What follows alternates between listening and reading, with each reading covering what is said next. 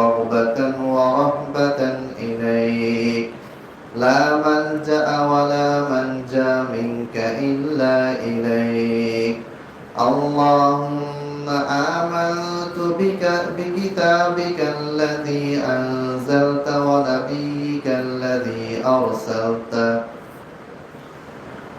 رواه البخاري সমস্ত প্রশংসা মহান আল্লাহ রাব্বুল আলামিনের জন্য লাখো কোটি দরুদ ও সালাম বর্ষিত হোক সর্বশেষ নবী সর্বশেষ রাসূল বিশ্ব নবী মুহাম্মদ সাল্লাল্লাহু আলাইহি ওয়াসাল্লামের উপর। সম্মানিত উপস্থিতি, আমাদের মাঝখানে রমজানের মাসলা মাসাইল নিয়ে আমরা আলোচনা করেছিলাম, এরপরে ঈদুল ফিতরের হুকুম আহকাম নিয়ে আলোচনা করেছি। এখন আবার আমরা দর্সে সহিহ বুখারীর দর্স এর ধারাবাহিকতায় আজকে থেকে আবার আমরা নতুন কিছু হাদিস আলোচনা করব, শুনবো, জানবো ইনশাআল্লাহ। রিসেন্টলি একটা প্রশ্ন আমার কাছে খুবই আসছে, যেহেতু আমি মধ্যপ্রাচ্য, সৌদি আরব, ইরান, ইরাক, ফিলিস্তিন, ইসরায়েলের অবস্থান, আমেরিকার অবস্থান, মুসলমানদের অবস্থান, আরব শাসকদের অবস্থান, এগুলো নিয়ে যেহেতু একাধিক ভিডিও ইউটিউবে করেছি, আবার এইখানেও আলোচনা করেছি, এরই ধারাবাহিকতায় বেশ কিছু প্রশ্ন আমার কাছে বারবার আসতে থাকে। তার মধ্যে একটা প্রশ্ন হচ্ছে সেটা মূলত সৌদি আরবের বিরুদ্ধে, এবং আমি নিজেও এটাকে সমর্থন করি না। সেটা হচ্ছে যে সৌদি আরব একটা ইসলামিক কান্ট্রি হয়েও তারা আমেরিকাকে তাদের দেশে ঘাঁটি বানানোর সুযোগ দিয়েছে। অর্থাৎ তাদের যে জায়গা, তাদের যে ভূমি, এই ভূমিটাতে আমেরিকান সৈন্যবাহিনী আছে, এয়ার বেস তৈরি করেছে, ঘাঁটি তৈরি করেছে, এবং ওখান থেকে আমেরিকা মধ্যপ্রাচ্যে তাদের নাশকতামূলক কাজ করার সুযোগ পায়, সহজে করতে পারে। তো এই জিনিসটা একাধিকবার জবাব আমরা দিয়েছি, কিন্তু মেইন যে পয়েন্টটা সেটা হচ্ছে যে যারা এই অভিযোগগুলো বারবার নিয়ে আসে, তারা এই জিনিসটা খেয়াল করে না যে সেই কাজ ইরানও করেছে, দেশ আলাদা। অর্থাৎ সৌদি আরব, কুয়েত, কাতার, বাহরাইনে, মধ্যপ্রাচ্যের মুসলিম দেশগুলিতে আমেরিকান ঘাঁটি যে কয়টা জায়গাতে আছে, সে কয়টা জায়গাতে আমেরিকান ঘাঁটি আছে, ঠিক আছে, এবং আমেরিকান ঘাঁটিগুলো আস্তে আস্তে সরিয়ে নেওয়া হচ্ছে, চুক্তির মেয়াদ শেষ হয়ে যাচ্ছে। তাই আবার এই সেম কাহিনী ইরানও করেছে মুসলমানদেরকে মারার জন্য। আমরা যদি একটু আগের দিকে যাই, 1980 সাল থেকে 1988 সাল ইরাক আর ইরানের যে যুদ্ধটা হলো, শাতিল আরব, স্ট্রেট অফ হরমুজ প্রণালীকে দখল করাকে কেন্দ্র করে যে যুদ্ধটা হয়েছিল, তেলের যে রাস্তা, দজলা ফোরাত নদী থেকে যে একটা ছোট্ট একটা প্রণালী, ছোট্ট একটা নদী বের হয়ে গেছে, এই দিক দিয়ে যে তেল বের হয়, এই তেলটা যেন আমার দেশের ভিতর দিয়ে যায়, আমার ক্ষমতার ভিতরে যেন থাকে, মানুষ যেন, গোটা দেশ যেন তেল নিয়ে যাবে, তেল নিয়ে আসবে, আমাকে যেন ট্যাক্স দেয়, আমাকে যেন টাকা দেয়। এটাকে কেন্দ্র করে ইরান এবং ইসরায়েলের ভিতরে 8 বছর যুদ্ধ হয়েছে, মানে 9 বছর, 80 সাল থেকে নিয়ে 88 সাল পর্যন্ত। সেই সময়ে ইরান ইসরায়েলের সাথে একটা চুক্তি করেছিল, প্রথম খোমেনি ক্ষমতায় আসার পরের বছরে। চুক্তিটার নাম হচ্ছে ফ্লাওয়ার প্রজেক্ট। ফ্লাওয়ার মানে ফুল, প্রজেক্ট মানে পরিকল্পনা, ফুলের পরিকল্পনা, ফুল বানানোর পরিকল্পনা। সেই ফুলটা কি? এটা হচ্ছে মিসাইল বানানোর কারখানা। অর্থাৎ ইসরায়েলের সাথে ইরান একজোট হলো, তারা একটা প্রজেক্ট তৈরি করলো, প্রজেক্টের নাম হচ্ছে ফ্লাওয়ার প্রজেক্ট। এই প্রজেক্টের কাজ হচ্ছে ইরান এবং ইসরায়েল যৌথভাবে তারা কি বানাবে? মিসাইল বানাবে। আপনি দেখবেন যে ইরানে প্রচুর পরিমাণে মিসাইল আছে, এটা শুরু কিন্তু তখন থেকে, সেই সময় ইসরায়েলের সাথে ইরান এক হয়ে ইরাকের সাথে যুদ্ধ করেছিল। তাহলে আমরা যে আমেরিকান ঘাঁটিকে নিয়ে যে প্রশ্নগুলি তুলতেছি সৌদি আরবের উপরে, অবশ্যই সৌদি আরবে আমেরিকান ঘাঁটি আছে, এটা থাকা উচিত নয়। যত দ্রুত সম্ভব এটাকে রিমুভ করতে হবে। কিন্তু এই সেম কাজ 2016 সালে আবার হয়েছে। কি হয়েছে? রাশিয়া ইরানের সাথে রাশিয়ার চুক্তি হলো 2007 সালে পুতিনের সাথে, গোপন চুক্তি। এবং রাশিয়া থেকে রাশিয়ার প্রেসিডেন্ট পুতিন যেদিন ইরানে যাবে, ইরানের তেহরানে যাবে, সেই সময় পুতিনকে হুমকি দেওয়া হলো যে আপনি এই দেশে আসবেন না, আপনি ইরানের সাথে কোনো চুক্তি করবেন না। যদি আপনি ইরানের মাটিতে পা রাখেন, আপনি এয়ারপোর্টে নামার সাথে সাথে আপনাকে কি করা হবে? গুলি করে হত্যা করা হবে। তো রাশিয়া কি দুর্বল? রাশিয়া তো দুর্বল দেশ না। রাশিয়া, চীন এরা এমন দেশ, আমেরিকাও যাদেরকে এখন ভয় পায়। এরা কেউ মুসলমানের বন্ধু না, মুসলমানের শত্রু সবগুলাই। তারা ওইভাবে কাজও করে যাচ্ছে, তবে কাজের ধরনটা ভিন্ন। আমেরিকা, ইসরায়েল তারা বোমা ফেলে হত্যা করতেছে, আর চীন রাশিয়া কাজ করতেছে অন্যভাবে। এরা বোমা ফেলবে না, এরা গ্যাস ছেড়ে দিবে, শেষ। বিদ্যুৎ অফ করে দিবে, নেট অফ করে দিবে, রাডার কন্ট্রোল করবে, বিমান উঠতে পারবে না, জাহাজের সমুদ্র পথে জাহাজ যাবে, সমুদ্রকে অচল করে দিবে। এই প্রযুক্তিতে এরা কাজ করে। ইরান যখন দেখলো যে ইসরায়েলের সাথে আমি আছি, আমেরিকার সাথে আছি, এবং এদের চেয়ে এখন চীন এবং রাশিয়ার শক্তি বেড়ে গিয়েছে, তখন ইরান চিন্তা করলো যে এখন বন্ধু পাল্টাইতে হবে। কি করলো? ডাক দিল হচ্ছে রাশিয়াকে। রাশিয়া গিয়ে 2007 সালে ইরানের সাথে চুক্তি করলো। Second summit conference in Tehran লেগে সার্চ করলে চলে আসবে, একদম ওপেন সিক্রেট। এই তখন থেকে আমেরিকার সাথে ইরানের শুরু হয়ে গেল, ইসরায়েলের সাথে কি হয়ে গেল?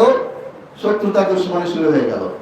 তখন থেকেই অর্থনৈতিকভাবে বিভিন্ন রকম স্যাংশন দেওয়া, অর্থনৈতিকভাবে এই দেশটাকে একেবারে অবরোধ করা, নানান রকম কাহিনী শুরু হইল। এবং তারই ফলশ্রুতিতে শেষ পর্যন্ত এই যে এখন যুদ্ধ হচ্ছে।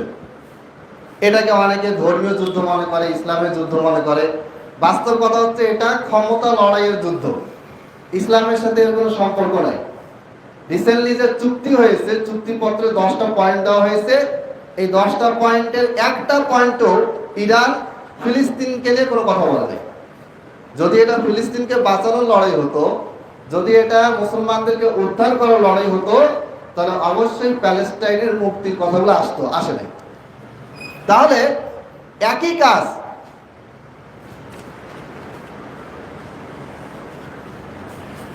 আচ্ছা, এটা শেষে বসে নিচ্ছি। একই কাজ যদি কোনো মুসলমান দেশ অথবা সৌদি আরব যদি আমেরিকার সাহায্য নেয়, তাহলে এটা হারাম সিদ্ধ হলো। সেম কাজ ইরান যদি চীন এবং রাশিয়ার কাছ থেকে সাহায্য নেয়, তাহলে হারাম হবে না কেন? হলে দুটাই হারাম হবে, জায়েজ হলে দুটাই জায়েজ হবে।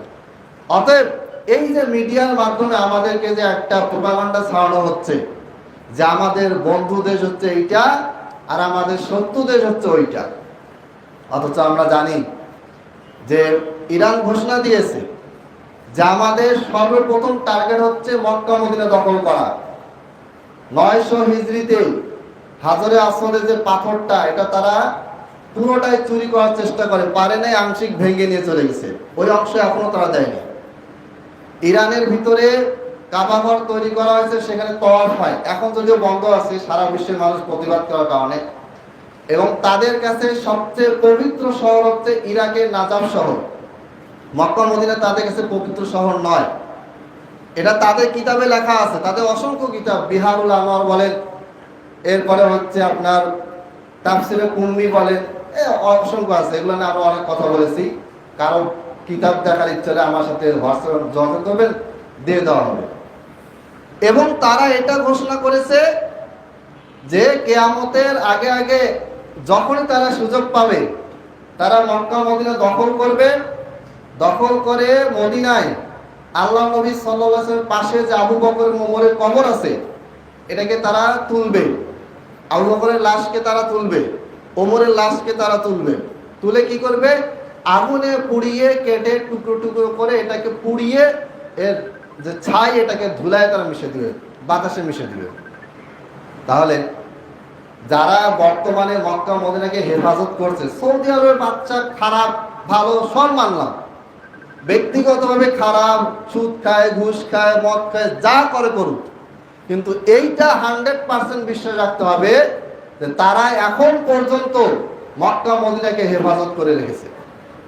আমি মনে করি এই একটা কারণে হলো আমাদের তাদেরকে সাপোর্ট করা উচিত। ভুল ভ্রান্তি আছে, সেটার প্রতিবাদ করতে হবে, কোনো অসুবিধা নেই। কিন্তু মিডিয়া আমাদেরকে কি দেখিয়েছে? মিডিয়া আমাদেরকে দেখিয়েছে এমন ভাবে যে আমরা বন্ধুকে শত্রু মনে করি, শত্রুকে বন্ধু মনে করি। তাহলে এটা প্রশ্ন উত্তর এটাই যে সৌদি আরব যদি আমেরিকান ঘাঁটি নিজের জায়গায় করা অনুমতি দিয়ে যদি অপরাধ করে, তাহলে সেম কাজ 2016 সালে রাশিয়াকে ইরান নিজের এয়ারবেস নিজেদের দেশেতে রাশিয়াকে ঘাঁটি তৈরি করতে দিয়ে, এই রাশিয়াকে দিয়ে বাশার আল আসাদকে সাহায্য করা হয়েছে, এই রাশিয়াকে দিয়ে চীনকে দিয়ে সিরিয়ার 15 থেকে 16 লাখ মুসলমানকে হত্যা করা হয়েছে, নিরস্ত্র মুসলমান যারা শুধুমাত্র সুন্নি মুসলমান হওয়ার কারণে হত্যা করা হয়েছে, আর কোনো কারণ নেই। বাশার আল আসাদের যে বিশাল বড় কারাগার, সিরনায়া কারাগার, সবচেয়ে বড় কারাগার, এইখানে এত বেশি ছোট ছোট বাচ্চার জন্ম হয়েছে যে মহিলাদেরকে সেখানে আটকে রাখা হয়েছিল, গণধর্ষণ করা হয়েছে, এদের বাচ্চা হয়েছে, বাচ্চা ওখানে বড় হয়েছে 8 বছর, 10 বছর, 15 বছর বয়স। সে জানে না যে পৃথিবী বলে কিছু একটা আছে। সে কোনোদিন খোলা মাঠ দেখে নাই, সে কোনোদিন আকাশ দেখে নাই, সে কোনোদিন সূর্য দেখে নাই। এই কাজটা কারা করেছে? এই কাজটা ইরান বাশার আল আসাদকে দিয়ে করিয়েছে, এবং তারা শক্তি নিয়েছে, সাহায্য নিয়েছে রাশিয়ার কাছ থেকে।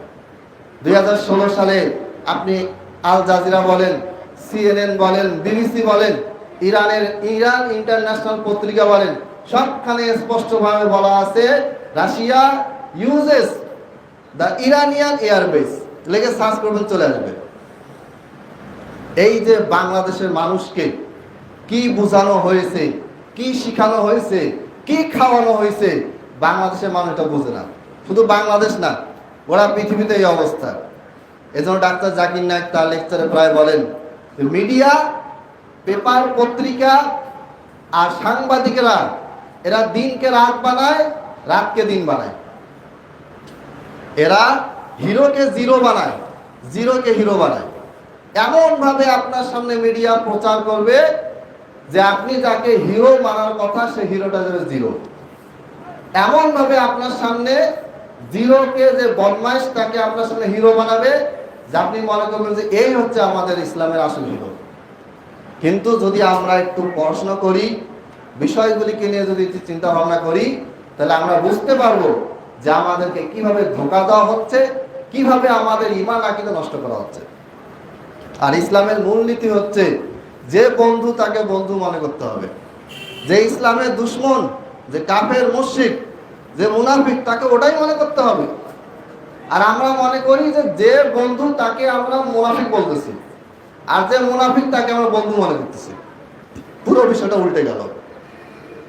বাংলাদেশ থেকে বর্তমানে 64 লাখ মানুষ সৌদি আরবে, অন্যান্য দেশেও আছে, সৌদি আরবে প্রবাসী হিসেবে কাজ করে। বাংলাদেশের কয় পার্সেন্ট মানুষ ইরানে প্রবাসী হিসেবে কাজ করে আমাকে দেখান। আপনি যে বাংলাদেশে বসে বসে ইরানের গুণগান গাচ্ছেন, ভালো কথা, আপনি বলেন ইরানকে দিয়ে আপনার কি উপকারটা হয়েছে? স্ট্রেট হরমুজ, এরপরে আপনার যে হরমুজ প্রণালী যেখান দিয়ে তেল যাওয়া আসা করে, বাংলাদেশের জাহাজকে আটকে দেওয়া হয়েছে। তারা বাংলাদেশের জাহাজকে ঢুকতেই দেয়নি। কেন দেয় নাই? কারণ তারা যে ট্যাক্সটা বাড়াইছে, এই ট্যাক্সটা সরকার দিতে পারেনি। তারা বাংলাদেশকে তেল আনার অনুমতিও দেয়নি। সব পত্রিকা ছাপা হয়েছে, একেবারে জামাত ইসলামের পত্রিকা ইনকলাবেও এটা প্রকাশ হয়েছে, ডেইলি ইত্তেফাক ওই সেখানেও এটা প্রকাশ হয়েছে। তাহলে এই দেশটা আমাদের কাছে এত প্রিয় কেন? আমাকে একটা যুক্তি দেখান যে এই কারণে এই দেশটা, এই দেশের কাজগুলো আমাদের ভালো লাগে। কি কারণ? কোনো কারণ নেই। সৌদি আরবের তেল শোধনাগারে ইরান হামলা করছে, 5,000 বাংলাদেশি কর্মী সেখানে ছিল, এরা সব এখন বেকার হয়ে আছে। আর বাঙালি মহা খুশি, দেখ সৌদি আরবে হামলা করছে, ইহুদির দালালের উপর হামলা করছে। তুমি তোমার নিজের কথা ভাবো, তুমি তোমার কথা ভাবো। তোমার দেশের অর্থনৈতিক চাকা, অর্থনৈতিক শক্তিকে যেই দেশটা আগায় রাখছে সবচেয়ে বেশি, সেটা হচ্ছে সৌদি আরব। আর বলছে সৌদি আরবে গান বাজনা, গান বাজনা হারাম, ওই দেশেও হারাম এই দেশেও হারাম। সৌদি আরবে কি সব ফেরেশতা থাকে নাকি? সৌদি বাচ্চা 100% ভালোটা কে বলছে? কেউ তো বলেনি, তাদেরও ভুল আছে। কিন্তু তারা ইসলামের সবচেয়ে পবিত্র জায়গা মক্কা মদিনাকে হেফাজত করে। মক্কা মদিনায় হামলা হয়েছে, বারাক ওবামার সময় মদিনায় 2 বার বোমা ফেলা হয়েছে, কে এটা হেফাজত করছে? সৌদি আরব সরকার করছে। তাদের পার্সোনাল ভুল বা তাদের ভুল নিয়ে আপনি মাথা ঘামান। আপনার বাড়ির পাশে গান বাজনা হয়, আপনার কোনো খবর নেই। আপনার মোবাইলে গান বাজনা, হিন্দি গান, পর্ন ভিডিও সব কিছু আছে, এটা নিয়ে আপনার মাথা ব্যথা নেই। আপনাকে মসজিদে 5 ওয়াক্ত নামাজে দেখা যায় না, আপনাকে কোরআন পড়তে দেখা যায় না, আপনার ভিতরে ইবাদত বলে কিছু দেখা যায় না। আর আপনি মিডিয়ার খবর পাইলেন যে সৌদি আরবে গান হচ্ছে, সৌদি আরবে গান হচ্ছে, সৌদি আরবে বদমাশ হ্যান ত্যান মুনাফিক বলা শেষ। ওটা দেখার দায়িত্ব কে দিচ্ছে আপনাকে? আপনি আপনার নিজের ঈমান, নিজের আকীদা ঠিক করেন। যেটা হারাম এটার প্রতিবাদ করেন, কোনো অসুবিধা নেই। কিন্তু ওই হারাম কাজ বাড়ির পাশে হলে কেন আপনি প্রতিবাদ করেন না? সেম কাজ ইরানে হলে কেন প্রতিবাদ করেন না? গোটা পৃথিবীতে সবচেয়ে বেশি নাস্তিক তৈরি হয়েছে ইরান থেকে। এই ইরান থেকে সালমান রুশদি, সে বই লিখলো স্যাটানিক ভার্সেস, ইরানের লোক। এই লোকটা বইটা লেখার পরে ইরানিরা, মুসলমানরা গোটা বিশ্বের প্রতিবাদ করার পরে 1 বছর পরে খোমেনি বললো যে একে হত্যা করতে হবে, একে কি ধরো। 1 বছর কিছু বলে নাই। কারণ 1 বছর সে কি বলে বলুক, তার দেশে কোনো সমস্যা হয়নি। কিন্তু বইটা যখন গোটা পৃথিবীতে মার্কেট পেল, সবাই যখন প্রতিবাদ শুরু করলো, ইরান সরকারকে চাপ দিল, 1 বছর পরে খোমেনি ফতোয়া দিল যে সালমান রুশদিকে ধরো, তার গলা কাটো, গলা কাটে নিয়ে আসো। 1 বছর চুপ ছিল। কেন চুপ ছিল? মানুষ মুসলমান মোরতাদ কি হয় হোক, এটা তাদের কোনো যায় আসে না। কারণ মুসলমানের সংখ্যা যত কমবে তত বেশি তাদের জন্য মধ্যপ্রাচ্য দখল করা সহজ হবে। তাদের তো মেইন টার্গেট এটাই। যেভাবে ইসরায়েল গ্রেটার, বিশাল বড় ইসরায়েল, পুরো মধ্যপ্রাচ্যকে দখল করে ইসরায়েল রাষ্ট্র বানাবে, সেম চিন্তা ভাবনা ইরানেরও। তারা বলেও দিয়েছে যে আমাদের পুরো মধ্যপ্রাচ্যকে আমরা শিয়া কান্ট্রি বানাবো। আর শিয়া কি জিনিস, তাদের আকীদা কি, এগুলি আমরা এর আগে আলোচনা করেছি। তাদের আকীদা হচ্ছে বর্তমানে পৃথিবীতে যে কোরআনটা আছে এটা আসল কোরআন নয়। এই কোরআনটা আবু বকর, ওমর, যায়েদ বিন সাবিত, খালিদ বিন, এদেরকে ওরা মুরতাদ বলে, কাফের বলে, নাউজুবিল্লাহ। এই সমস্ত সাহাবীরা এই কোরআনটাকে কেটে কেটে কেটে কেটে কেটে নিজের মতো করে একটা তৈরি করছে। আসল কোরআন কে নিয়ে গেছে? আসল কোরআনটা নিয়ে গুহায় লুকিয়ে আছে তাদের 12তম ইমাম মোহাম্মদ বিন হাসান আসকারি, তিনি ওই আসল কিতাবটা নিয়ে আসবে। তা আসল কিতাবটা নিয়ে আসা পর্যন্ত এখন পৃথিবীতে কি চলবে? এখন পৃথিবীতে কোরআনের অনুরূপ আরেকটা কিতাব চলবে, সেটার নাম হচ্ছে আল উসুলে কাফি। এই হচ্ছে তাদের ঈমান, তাদের আকীদা। আপনি বলেন যে আমরা শিয়াদের সাথে ঐক্য করবো, আরে আপনি ঐক্য করবেন, ওরা করে কিনা এটা দেখেন আগে। আপনি তাদেরকে মুসলমান বানানোর চেষ্টা করছেন, ওরা আপনাকে মুসলমান মনে করে কিনা সেটা বলেন। যেই সাহাবীর নামে আমাদের মসজিদ, আবু বকর সিদ্দিক রাদিয়াল্লাহু তাআলা আনহু সালাফি জামে মসজিদ, এই সাহাবীর লাশ তারা তুলে পুড়িয়ে দিবে, এই কথা তারা ঘোষণা দিছে। কেন? কোনো কারণ নাই। কারণ এরা ছিলেন ইসলামের সবচেয়ে বড় বন্ধু, ইসলামকে সবচেয়ে বেশি গোড়া পৃথিবীব্যাপী এরা কি করেছে? প্রচার প্রসার করেছে। এই জন্য তাদের রাগ। যাই হোক, এটাই ছিল প্রশ্ন উত্তর। এবার আমাদের দর্শে হাদিসে আসি।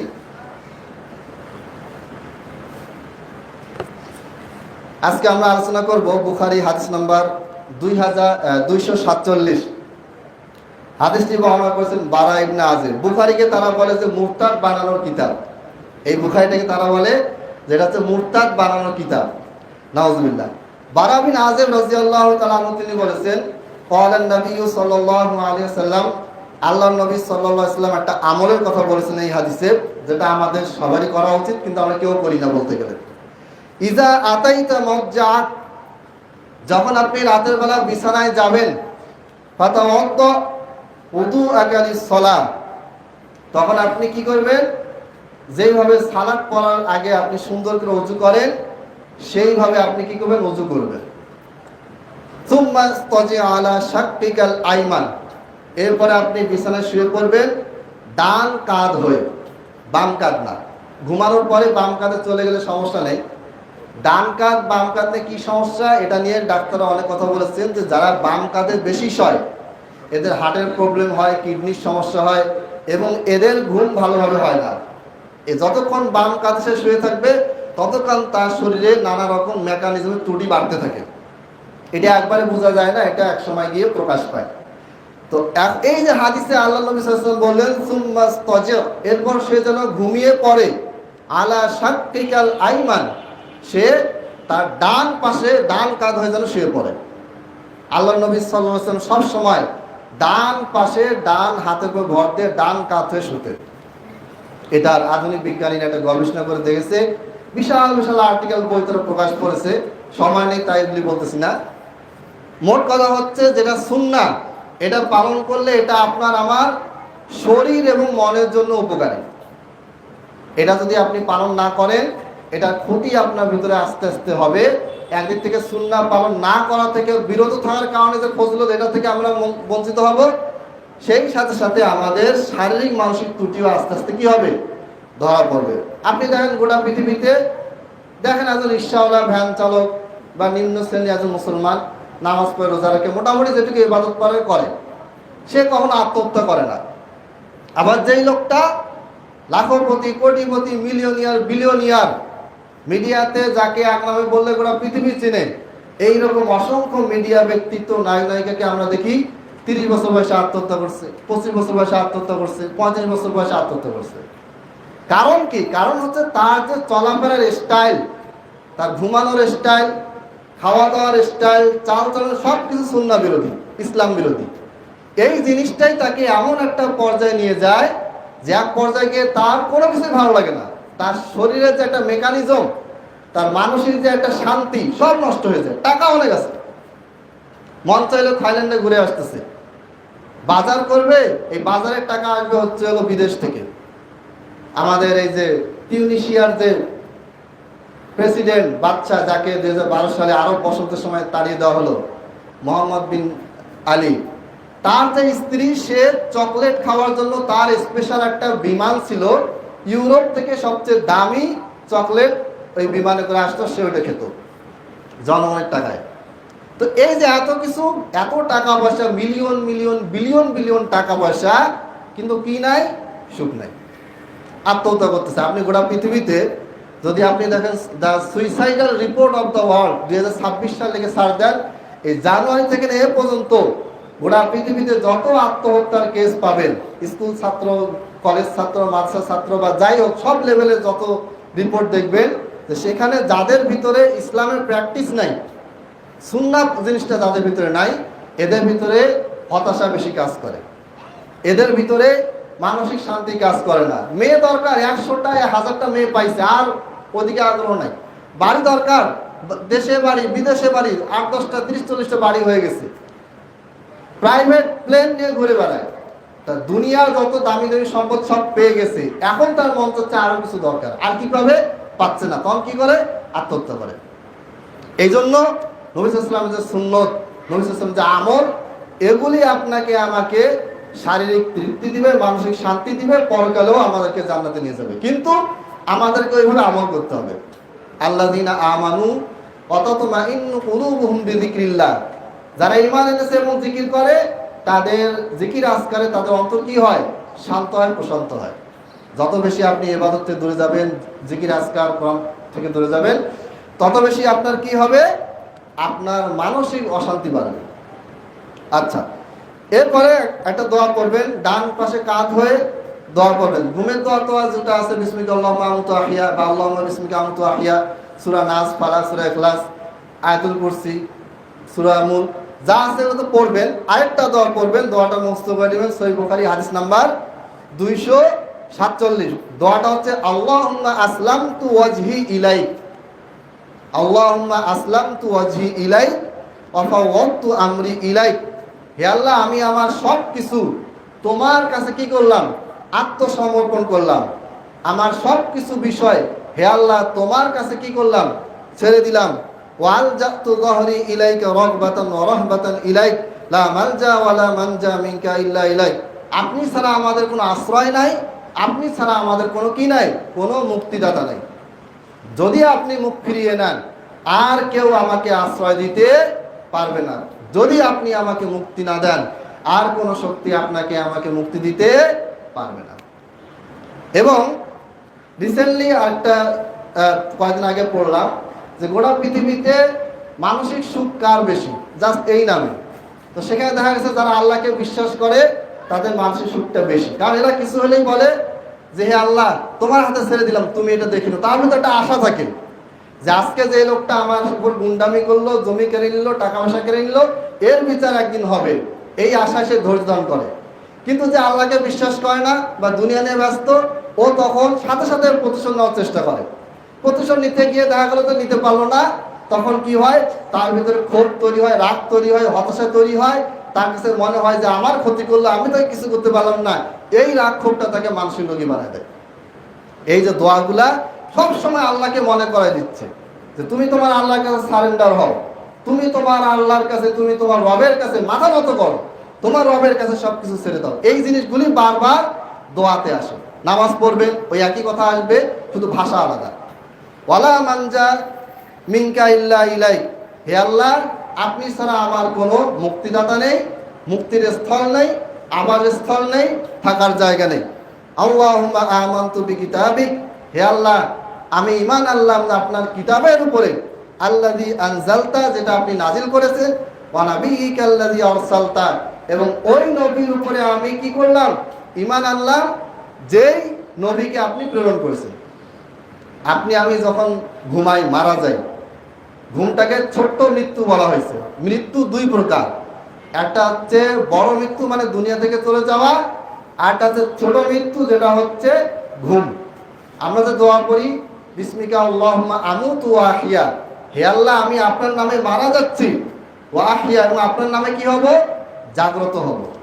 মানে এই যে আমি ছোট মৃত্যুটা বরণ করতেছি, এটা বড় মৃত্যুতেও চলে যেতে পারে, আমার ইমানটাকে যেন আমি নবায়ন করতে পারি, সেই জিনিসটাই দোয়াতে বলেছে আল্লাহুম্মা আমানতু বিকিতাবিকা আল্লাযী আনজালতা, হে আল্লাহ আপনি যে কিতাব নাজিল করেছেন সেটার প্রতি আমি ঈমান আনলাম। ঈমান তো আছে, কিন্তু আবার বলতে হবে, বারবার আল্লাহর কাছে ঈমানের সাক্ষ্য দিতে হবে, ঈমানটাকে নবায়ন করতে হবে। আমরা কয়বার করি হে আল্লাহ আমি তো ঈমান আনলাম, আসমানের কিতাবের প্রতি ঈমান আনলাম, নবীর রাসূলের প্রতি ঈমান আনলাম, এটা আমরা কয়বার বলি? আমরা তো মনে করি যে মুসলমান আছি, বলছি শেষ। না, আমরা দিনে তো 3 বার ভাত খাওয়া লাগে, একবার খান বা একবার খেয়ে আর খাওয়া ছেড়ে দেন। যেভাবে শরীরকে তাজা রাখার জন্য আমরা বারবার খাওয়া দাওয়া করি, সেই রকম নিজের ঈমানটাকে মজবুত তাজা রাখার জন্য বারবার কালেমা শাহাদাত পাঠ করতে হবে, বারবার আল্লাহর কাছে আমাদের ঈমানের ঘোষণা দিতে হবে, প্রকাশ্যে দিতে হবে, মনে মনে দিতে হবে, যতবার সম্ভব। ওয়া নাবিয়িকা আল্লাযী আরসালতা, আর আপনি যেই নবীকে পাঠিয়েছেন এখানে মুহাম্মদ সাল্লাল্লাহু আলাইহি ওয়াসাল্লামকে উদ্দেশ্য, সেই নবীর প্রতি আমি কি করলাম, ঈমান আনলাম। অতএব এই আমলটা আজ থেকে আমরা সবাই করব, পারবো কিনা বলেন? ইনশাআল্লাহ। কয় টাকা খরচ হবে? 1 টাকাও না। কয় মিনিট খরচ হবে? এই খুব বেশি হলে 30 সেকেন্ড। দোয়াটা মুখস্থ হইলে 10 সেকেন্ড লাগবে। যদি মুখস্থ না হয় দরকার মোবাইলে বের করে, মোবাইল বের করে ফেসবুকে ঢুকে যায় না, মোবাইল বাদ দেন, কাগজে লিখে পড়েন, পড়ে ঘুমায় যান। প্রতিদিন একবার করে দেখে দেখে পড়েন, 10 দিন 15 দিন পরে মুখস্থ হয়ে যাবে। একদম ইজি কাজ। আপনি যখন ঘুমানোর সময় দোয়া দোয়া করবেন, ওযু করবেন, রাতের বেলা জিন শয়তান ডিস্টার্ব করবে না। এখন তো ঘরে ঘরে মাশাআল্লাহ জিনে ব্ল্যাক ম্যাজিকে আক্রান্ত রোগীর সংখ্যা প্রচুর। মাদ্রাসার ছাত্র জিন দ্বারা আক্রান্ত, মাদ্রাসার টিচার জিন দ্বারা আক্রান্ত, কলেজের ছাত্র জিন দ্বারা আক্রান্ত, কলেজ ভার্সিটি সব লেভেলের মানুষই একই অবস্থা। কারণ কি, সবারই এখন সেম প্রবলেম, ইবাদত বندگিটা নাই। হুজুর মানুষ, ওরও ইবাদত বندگি নাই, হুজুর নয় ওর তো ওরও নাই। তাহলে এগুলো যদি আমরা করি তাহলে আমাদের উপরে দুনিয়াবি বিপদ কম হবে, জিন শয়তানের অ্যাটাক এটাও কম হবে। হ্যাঁ অ্যাটাক হবে, কিন্তু সেটা আমরা রিকভার করতে পারবো দ্রুত। আর যদি আমাদের এই রাতেবেলা ঘুমাচ্ছি, মোবাইল টিপতে টিপতে, গান বাজনা রিল দেখতে দেখতে ঘুমাই গেলাম, শয়তান তো আপনাকেই ধরবে, আমাকেই ধরবে, কারণ আমরা তো ওই কাজ করে ঘুমাচ্ছি। যেই কাজগুলি করলে শয়তান ঘর থেকে বের হয়ে যাবে, দূরে চলে যাবে, ওই কাজটা আমরা বাদ দিছি।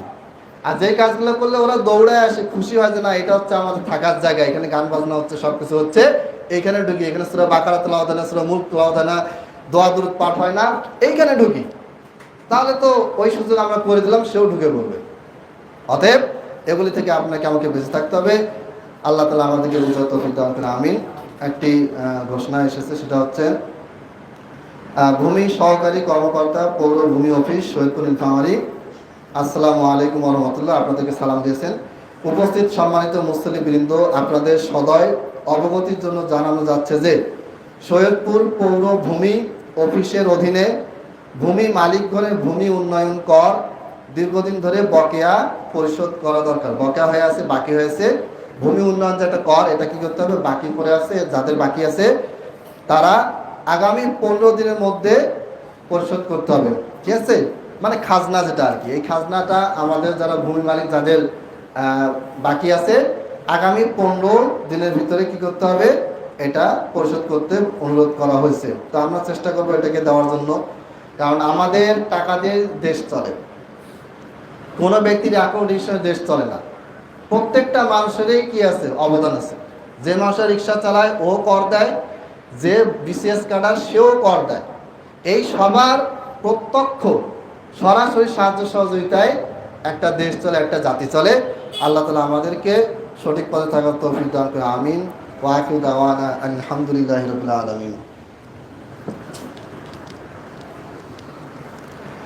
আলহামদুলিল্লাহ আলহামদুলিল্লাহি নাহমাদুহু ওয়া নাস্তাঈনুহু ওয়া নাস্তাগফিরুহু ওয়া নু'মিনু বিহি ওয়া নাতাওয়াক্কালু আলাইহি ওয়া নাউযু বিল্লাহি মিন শুরুরি আনফুসিনা ওয়া মিন সাইয়্যাতি আ'মালিনা। মান ইয়াহদিহিল্লাহু ফালা মুদিল্লা লাহু ওয়া মান ইউদ্লিল ফালা হাদিয়া লাহু। ওয়া আশহাদু আন লা ইলাহা ইল্লাল্লাহু ওয়াহদাহু লা শারীকা লাহু ওয়া আশহাদু আন্না মুহাম্মাদান আবদুহু ওয়া রাসূলুহু। اللهم صل على محمد وعلى آل محمد كما صليت على إبراهيم وعلى آل إبراهيم إنك حميد مجيد. اللهم بارك على محمد وعلى آل محمد كما باركت على إبراهيم وعلى آل إبراهيم إنك حميد مجيد.